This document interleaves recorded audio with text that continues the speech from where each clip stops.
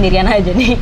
Balik lagi sama gue, Raisa. Dan hari ini gue mau review series Thailand, judulnya The Gifted Graduation, alias season 2-nya series The Gifted. Tentang sekumpulan murid di sebuah sekolah yang punya kekuatan, punya gift lah gitu. Menurut gue di season 2 ini mereka lebih banyak bercerita soal bondingnya mereka sih sebagai anak-anak The Gifted gitu, sebagai The Gifted class. Di sini lebih kelihatan lah bondingnya mereka udah lebih kompak gitu. Karena kalau di season 1-nya kan mereka masih introduction masing-masing giftnya nih apa sih. Segi teknis juga pastinya ada kemajuan sih dibanding season 1-nya, dari pengambilan gambar, warna, pokoknya dari segi sinematografinya lebih bagus lah ya, sudah seharusnya ya, karena ini kan udah season lanjutan dan memang salah satu series dari JMM TV yang ditunggu-tunggu di tahun ini kan gitu. Karena gue nunggunya berarti udah 2 tahun dari terakhir 2018. Di sini juga banyak aktor-aktor baru, aktor-aktor yang nggak ada di season 1 ya pastinya di Junior The Gifted. Secara pribadi ya, pengembangan karakter dari pemainnya nih kayak Puintang sama Prim. Di sini kan mereka jadi The Gifted angkatan baru. Dah, sebagai orang yang pernah nonton mereka di seri-seri sebelumnya, di sini kelihatan nih mereka karakternya beda dari series yang pernah gue tonton sebelumnya. Contoh Puintang nih, sebelumnya gue nontonnya dia tuh di seriesnya sebagai anak-anak baik gitu. Sekarang udah mulai gede, di sini jadinya ya karakternya beda. Terus Prim juga justru di sini bisa dibilang dia jadi karakter, ada 2 karakter karena berkaitan sama The Gift-nya itu. Ini sangat personal tapi senang banget dapet banyak tank wave moment di sini untuk semua penggemar Chimon sama Nanon. Di sini menjadi salah satu highlight adalah setiap adegannya mereka ya, karena di sini di season 1 kan mereka sebagai teman yang baru kenal terus berantem apa segala macam. Nah di sini tuh seneng aja ngelihatnya setiap mereka muncul, setiap persahabatan mereka, karena mereka makin deket. Persahabatan mereka justru jadi kunci untuk mereka bisa menyelesaikan misinya, karena ketika mereka pecah malah jadi hancur gitu lah. Lumayan emosional ketika Wave mempertanyakan sebenarnya kita tuh gimana. Sebenarnya gue tuh buat apa sih sama lo, cuma lo tuh karena suka berdiri sendiri. Karena di sini Peng tuh sebagai leader karena nggak mikirin teman-temannya, atau bahkan terlalu mikirin temennya tapi nggak bilang gitulah. Jadi ada menjadi kunci, salah satu kunci lah persahabatan mereka. Banyak intensnya, banyak isunya yang dibahas, banyak yang bikin apa ya, feel-nya tuh lebih tegang gitu. Jadi lebih seru nontonnya. Terus ada penjelasan tentang the gift-nya itu sendiri, awal mulanya gimana, kita disajikan sama masa lalu dari kepala sekolah atau guru-gurunya atau orang-orang penting lah si founder dari gift ini.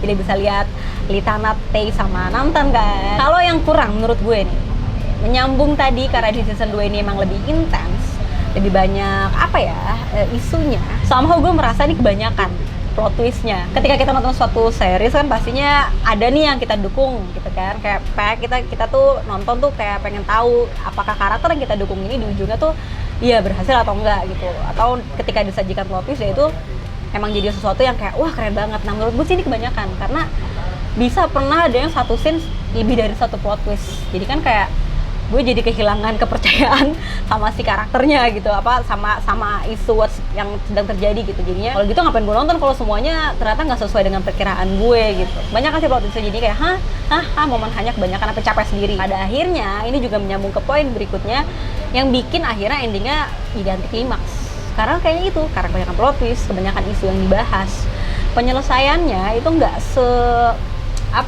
seperti yang gue harapkan. Kayak isunya pengkhianatan dari salah satu anggota The Gift itu oleh Korn. Padahal menurut gue udah bagus banget, gue udah sampai ngelihat Fiat di kehidupan asli aja kayak ini orang pengkhianat. Dan ada satu adegan yang bikin wah banget kan di series ini tentang Korn ini. Tapi ternyata penyelesaiannya gitu aja gitu. Ternyata di akhir-akhir tiba-tiba dia udah diterima kembali sama teman-temannya tanpa diperlihatkan scene rekonsiliasi itulah. Lebih dari itu pun juga tentang penyelesaiannya isu sama kepala sekolah, padahal kan itu isu utama ya. Menurut gue dari awal ini tuh sebenarnya tuh diperlihatkan kalau si Capsec ini tuh se-powerful itu, susah banget nih ngejatuhinnya. Tapi ternyata again cuma dalam waktu 1 part doang kalau nggak salah, 1 apa 2 part gitu, dan di episode terakhir diselesaikan gitu aja. Kayak lah kok gampang ternyata. Gue baru merasa emang seru tuh setelah lewat 3 atau 4 episode. Karena di awal ini lebih agak dragging, mungkin karena perkenalan juga ya, menyambung dari season 1 sebelumnya. Ada perkenalan junior The Gifted yang ternyata gitu aja. Mereka ternyata cuma 3 orang kan yang benar-benar berperan gitu, yang lainnya emang cuma basa-basi juga ya.